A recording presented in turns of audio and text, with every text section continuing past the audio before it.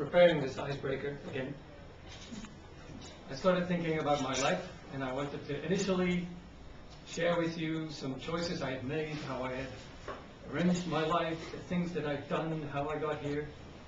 As I was thinking about it, I realized it's all a bunch of mistakes and coincidence that has brought me here.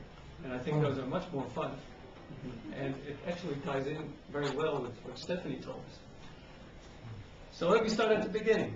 I was born 44 years ago as Aad VanVeldhoven. Aad for short. I grew up just like any other kid in the Netherlands. Happy-go-lucky, play soccer, red hair, freckles, not a concern in the world. Went through elementary school, no problem, straight A student. Then came the day I had to do a test, which is common over there in the last year of elementary school. You do a test. Depending on the result, you go to lower education, middle, or higher. Those are different schools, and once you're in one of them, it's difficult to get into another one. I did my test, and out came lower education. In itself, there's nothing wrong with that. But I was a straight A student. I didn't realize all these things, of course. I was 12 years old. I went on to play some soccer. Not a worry in the world. But my mother scratched her head and said, well, there's something wrong here. And she had a friend that was a teacher. The teacher was visiting, and my mother told this story. And the teacher said, hey, he must have had a bad day. So the friend took it upon herself to call my teacher and say, hey, looks like he had a bad day. He needs a second chance. I guess I had attracted enough goodwill from this friend to make her do that. So I got my second chance, and I made my test. I went to the higher education. I completed it with no problems. And this is always stuck in my head. I never knew this until I was 16 or so. But since then, I realized I must have attracted this goodwill, but also somebody may need my goodwill to do something. I may need to give somebody's life some direction. I may have to step out and do something for somebody else, make his or her life better. Anyways, I go on to middle school, high school, and I'm doing okay there too. And I like math. And I'm getting ready here, even though I don't know it. I'm getting ready for a life-size mistake of my own making. Nobody else to blame. I decide to go and study mathematics in university. Big mistake. It was fun in high school.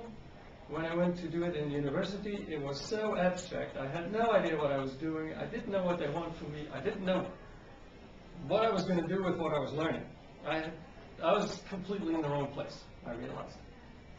So, I stopped after a few months, took a job, and decided that next school year, I'll see what I go and do. I want to study something. I have to study something. I don't know what. Let me do some work first. So as that time got closer, I wasn't making up my mind. I was postponing the decision, and my brother saw this happening, and he said, Aad, what you need to do is go check out this technical college over here. They've got an open day. Why don't you go see what they have? So I went, and I didn't like much of what I saw. Chemical engineering looked like it was the worst of all evils. So that's what I chose. I repeat, my life is not, none of this was all very well planned. It just happened. But I started doing it. I liked it. And here I am, 20-something years later, a chemical engineer. Started working in Holland, did that for 7 years over there in engineering and construction, and I had a manager there that I liked. He was American. And after 7 years or so of working with him, he went back to the States. And here's another life-changing event coming, although, of course, I didn't know it. Because as he had his goodbye reception, his farewell reception, I shook his hand and said, all the best over there in the United States. If you ever need anybody, give me a call. So you can guess how this went. I went on with my life for a year or so, didn't think about that remark anymore, but a year later, the phone call came, and 14 years later, here I am, still in the United States. I work across the road here at Fluor. I'm still a chemical engineer, although I'm a director now, so I'm involved in the management of the department. And I'm trying to use some of these stories with younger people to instill in them, although I didn't know to use those words, make sure you attract the right thing. Make sure you perform each day to the best of your abilities, so that when you need it, you have attracted enough goodwill from somebody to help you out. Make sure that you also have an eye open to help somebody else out if somebody else needs it. And this is also why I'm in Toastmasters, I guess, is I feel that being in the management position, you have to lead, and in the US more than in Europe, the leading is done from this position here, and you speak to people, and in Europe it's much more of a cooperative thing. You sit around the table and everybody's equal and everybody has something to say. So I have some catching up to do in that respect. This is what I'm trying to practice here. At the same time, my objective is to learn from you, and as you all know now, I've been in this group before, 2-3 years ago.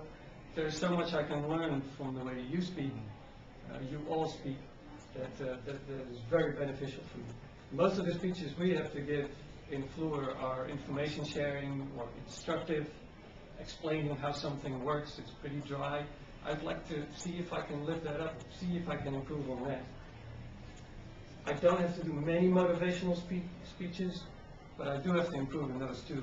And definitely those, I've seen a lot of very good ones here. So that's it for me.